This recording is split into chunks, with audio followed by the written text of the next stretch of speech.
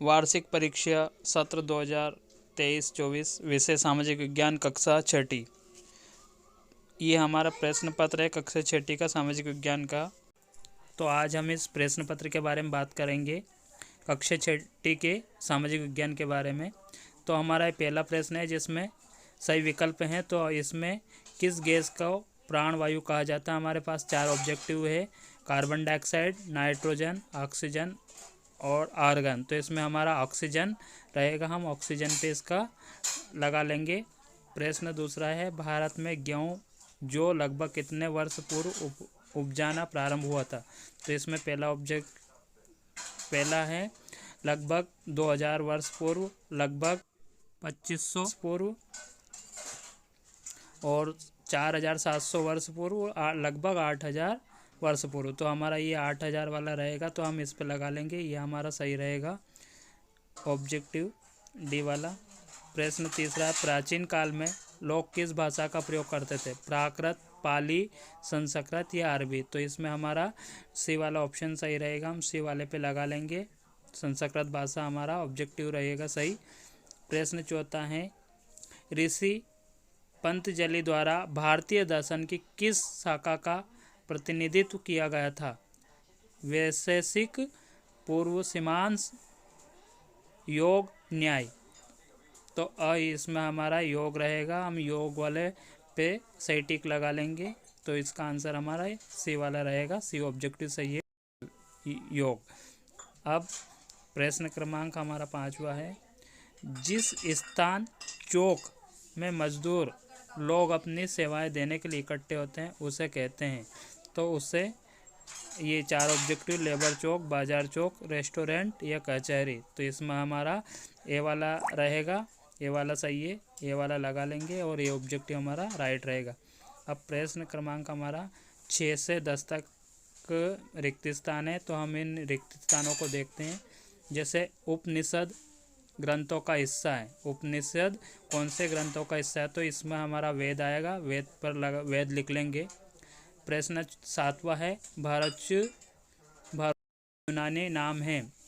तो यह भारत यूनानी नाम क्या है। तो इसका हमारा इस रिक्त स्थान में हम लिख लेंगे, तो इस रिक्त स्थान में हम लिख लेंगे बेरीगाजा।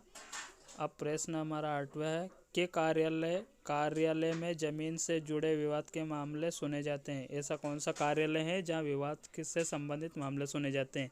तो वह लिख लेंगे सिविल कोर्ट, इस रिक्त स्थान में लिख लेंगे सिविल कोर्ट, हमारा सिविल कोर्ट आ जाएगा। वह स्थान जहां बहुत ही दुखाने होती है उसे कहते हैं। तो वह स्थान हम उस स्थान को हम क्या कहते हैं। तो वह हम कह देंगे बाजार, यानी इस रिक्त स्थान में लिख लेंगे बाजार। समाओ द्वीप पर किया जाने वाला एक महत्वपूर्ण कार्य है। तो यहाँ लिख लेंगे मछली पालन समाओ द्वीप पर किया जाने वाला एक महत्वपूर्ण कार्य है।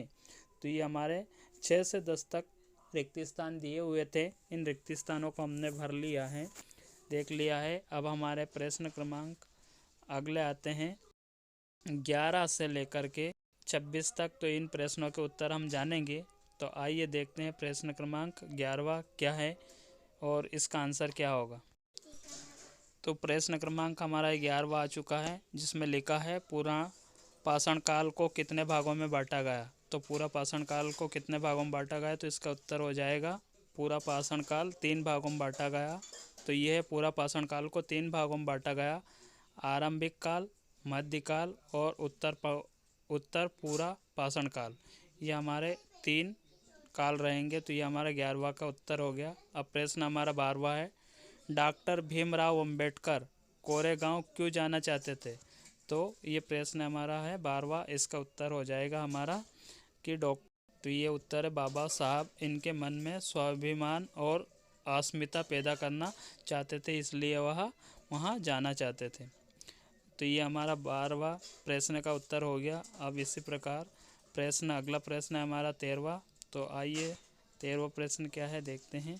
13वां प्रश्न है, ग्रामीण क्षेत्र में आजीविका के साधन क्या है। मतलब ग्रामीण क्षेत्र में आजीविका यानी जीवन पालन पोषण को आजीविका चलाने के लिए उसका साधन क्या है, तो इसका हमारा उत्तर हो जाएगा ग्रामीण क्षेत्र में आजीविका का साधन निम्न है, जैसे खेती करना, मछली पकड़ना, पशुपालन करना इत्यादि। हम ऐसे छोटे छोटे कार्य बता सकते हैं जो हमारे जीवन की आजीविका को चलाते हैं। अब प्रश्न अगला हमारा है 14, ऐसे दो देशों के नाम बताइए जहां समानता के लिए संघर्ष हुआ है। तो ऐसे दो देश हमारे दो देश हो जाएंगे, यूनाइटेड स्टेट और नेपाल। तो ये हमारे दो देश हैं। ये हमारा क्वेश्चन नंबर 14 का उत्तर हो जाएगा। इसी प्रकार अगला प्रश्न है हमारा 15। तो हम देखते हैं 15 प्रश्न कौन क्या है। अंतर्राष्ट्रीय महिला दिवस कब मनाया जाता है? तो 15 क्वेश्चन है कि अंतर्राष्ट्रीय महिला दिवस कब मनाया जाता है। तो इसका उत्तर हमारा हो जाएगा अंतर्राष्ट्रीय महिला दिवस 8 मार्च को मनाया जाता है। तो ये हमारा क्वेश्चन 15 का उत्तर हो गया। अंतर्राष्ट्रीय महिला दिवस 8 मार्च को मनाया जाता है। इसी प्रकार अगला प्रश्न है हमारा 16, जिलिंग मिल का कार्य लिखिए। तो जिलिंग मिल का क्या कार्य है? तो इसका उत्तर हो जाएगा हमारा जिलिंग मिल का कार्य क्या है। तो जिलिंग मिल का कार्य हम लिख दें। तो जिलिंग मिल का कार्य हो जाएगा, यह एक कारखाना या संयंत्र है जो कपास ओटने पर ध्यान केंद्रित करता है। तो ये हमारा प्रश्न क्रमांक 16 का उत्तर हो जाएगा। देख लीजिए, लिख लीजिए और नोट कर लीजिए। अब प्रश्न क्रमांक 17 से 22 तक हैं। तो 17 का आंसर हम देखेंगे। क्वेश्चन 17 में है, क्षुद्र ग्रह एवं उल्कापिंड में क्या अंतर है? तो इसका उत्तर हो जाएगा, आइए देखते हैं हम। यानी क्षुद्र ग्रहों का 1 मीटर से अधिक का व्यास है, जबकि उल्कापिंडों का 1 मीटर से कम व्यास होता है। तो यह दोनों में अंतर होता है, क्षुद्र ग्रह और उल्कापिंड में। तो इसको हम लिख लेंगे प्रश्न क्रमांक 17 के उत्तर में।